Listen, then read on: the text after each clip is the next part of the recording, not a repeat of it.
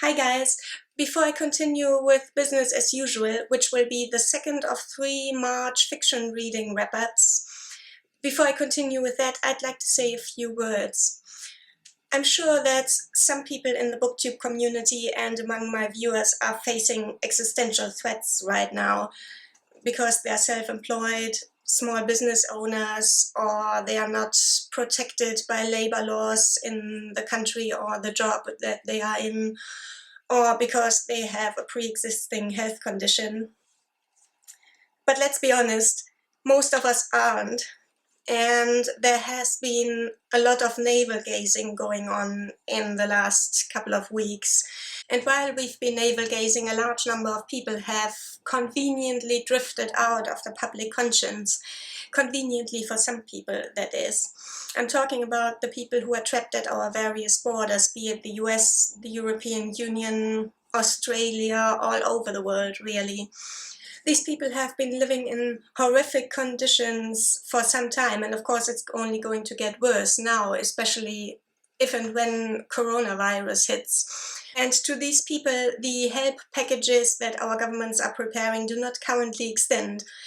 In fact, in Germany, the parliament vetoed a move at the beginning of March, a move to accept 5,000 migrants from Greece. 5,000, that is, if I've done the math correctly, this is 0.006% of the population. Even with coronavirus, this is not exactly going to bankrupt us.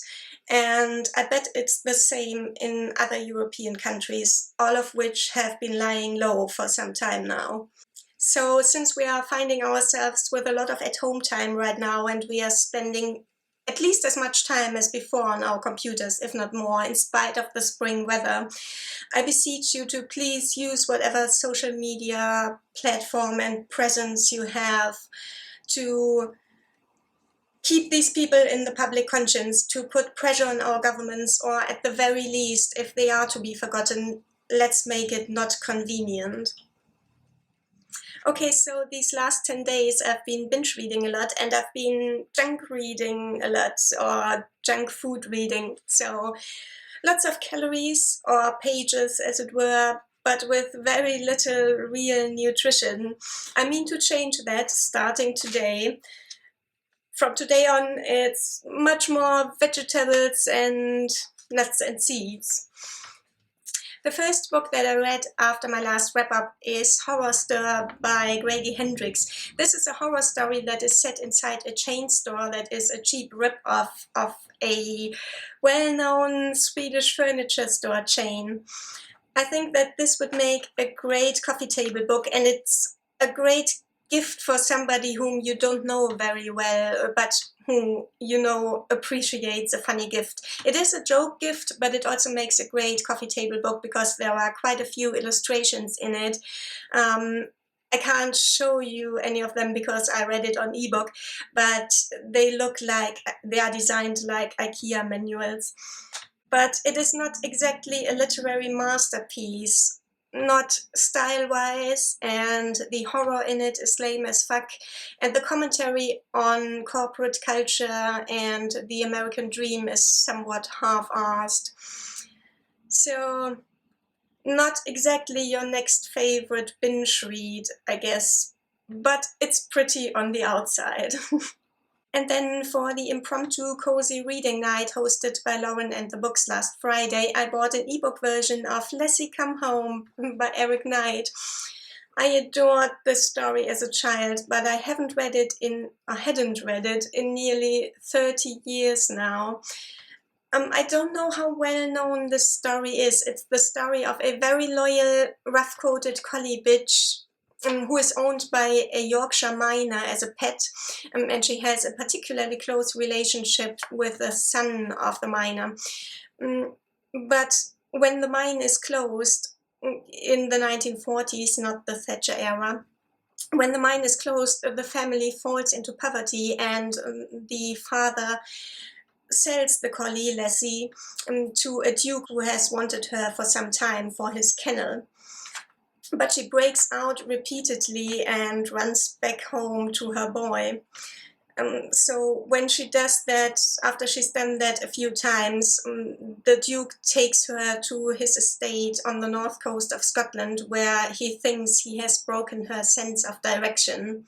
But of course, Lassie breaks out again, and she does sense the direction of home instinctively, and she goes on that epic southwards journey, first through the Highlands of Scotland, where she has to cross lochs and moors and has to dodge gamekeepers and sheepdogs, and then through the lowlands, in which the increased human population holds its very own dangers, and then south across the Yorkshire moors, the Pennine Way, I guess, until she finally reaches home half-starved and almost unrecognizable, but at last reunited with her young owner. I guess it's a spoiler, but come on. It's all very melodramatic, in case you couldn't guess, and it's somewhat awkward to read as an adult, but for a child it is an epic journey, and you learn a lot, not just about the geography, but also about the social and industrial landscape of the time and the region. I'm so glad I got this book when I was a child, and just in case it's been forgotten, I'd like to advertise it a bit here. Next, I read Force of Nature by Jane Harper. Actually, I listened to this on audio because I got the 30-day free trial that was offered by Script last week. I'll link it if the link is still active. Force of Nature is a crime novel that is somewhere between police procedural and crime thriller. 5 women are sent into the Australian bush in Victoria, so not exactly tropical jungle, but still. They are sent into the bush as a team-building exercise by their investment firm. 5 women go in, only 4 come out on the other side, and the 5th one has gone missing after about half the expedition. She happens to be an informant for the police, for the Financial Crimes Department, and investigator Aaron Fawkes has received a suspicious voice message that suggests that she didn't just get lost, but that something more sinister has befallen her. I was excited to finally read, or as it happens, to listen to a Jane Harper book, but I'm afraid I have to report that I aborted the mission after maybe the 50% mark.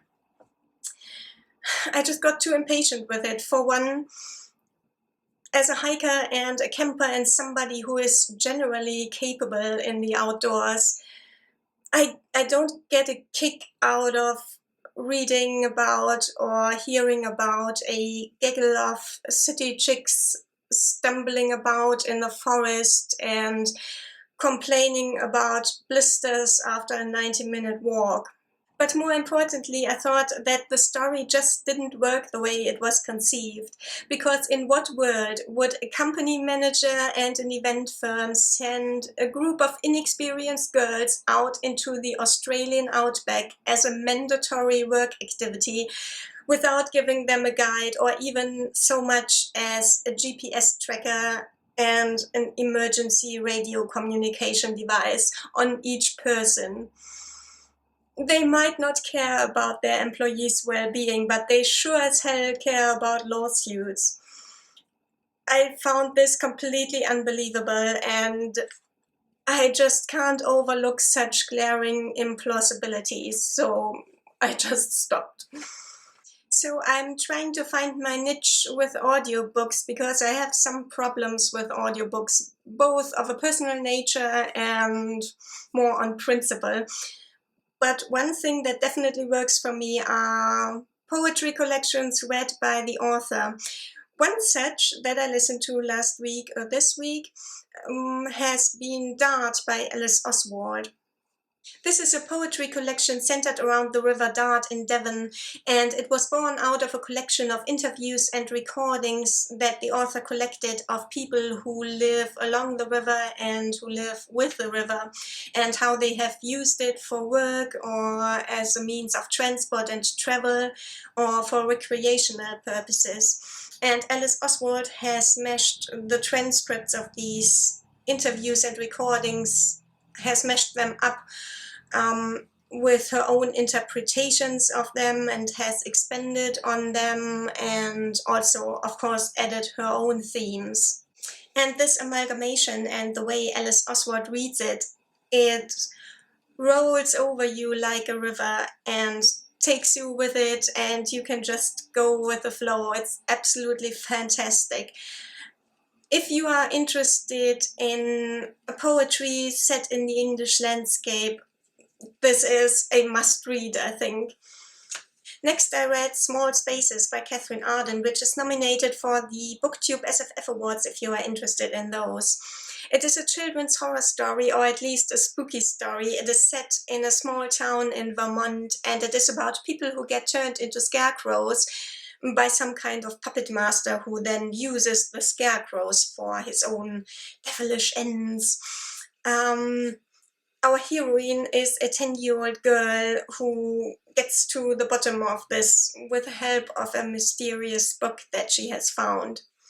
I liked a lot about this, most of all the relationships between the characters, between the heroine and her parents, and between the heroine and her two sidekicks, a girl and a boy from school with whom she becomes friends in the course of this nightmare.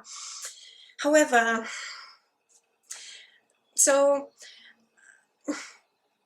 I liked The Bear and the Nightingale, Katherine Arden's more famous book. I loved her writing style, her lyricism, and how evocative it was. But I thought that it was almost wasted on that old and straightforward story. And in the case of Small Spaces, we also have an old story, or at least one that is full of old and tired themes, at least for me. But in this case, apparently because it is a children's book, Katherine Arden seems not to have wanted to go all out with the lyricism. So in this case, we have neither a very compelling story nor lovely writing. So for me, it kind of fell flat, and it was just okay, but I'm not going to go and read the second book in the series, Deep Voices.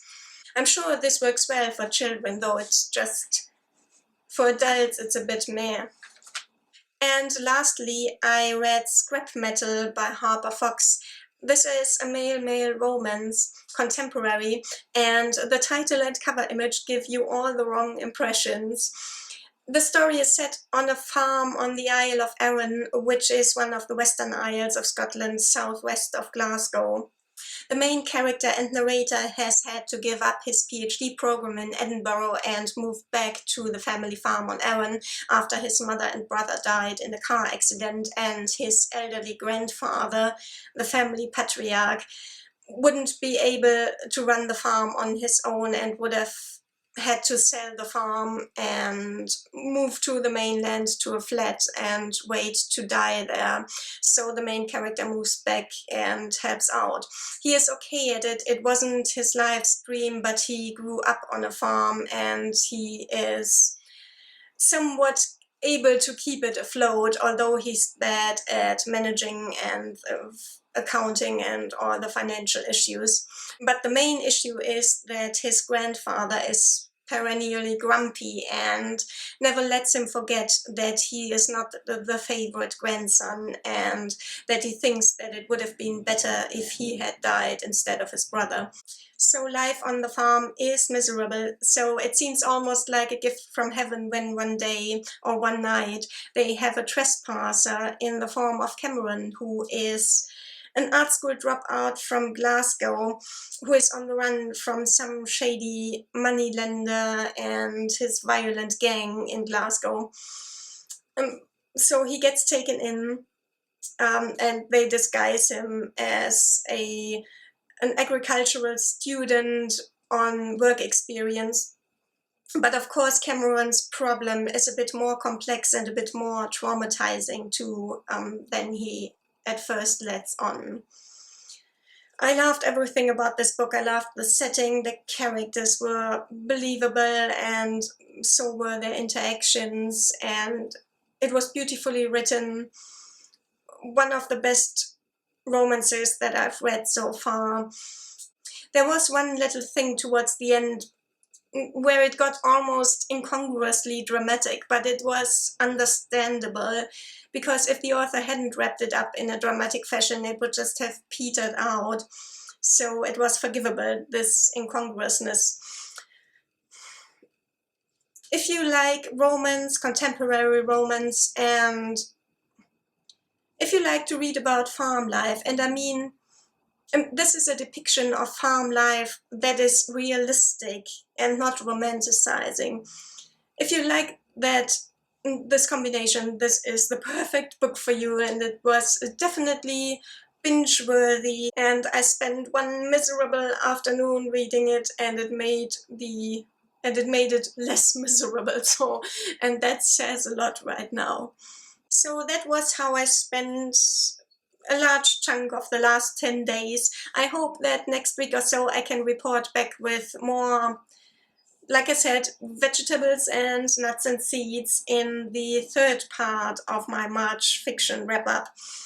Until then, stay safe. Bye.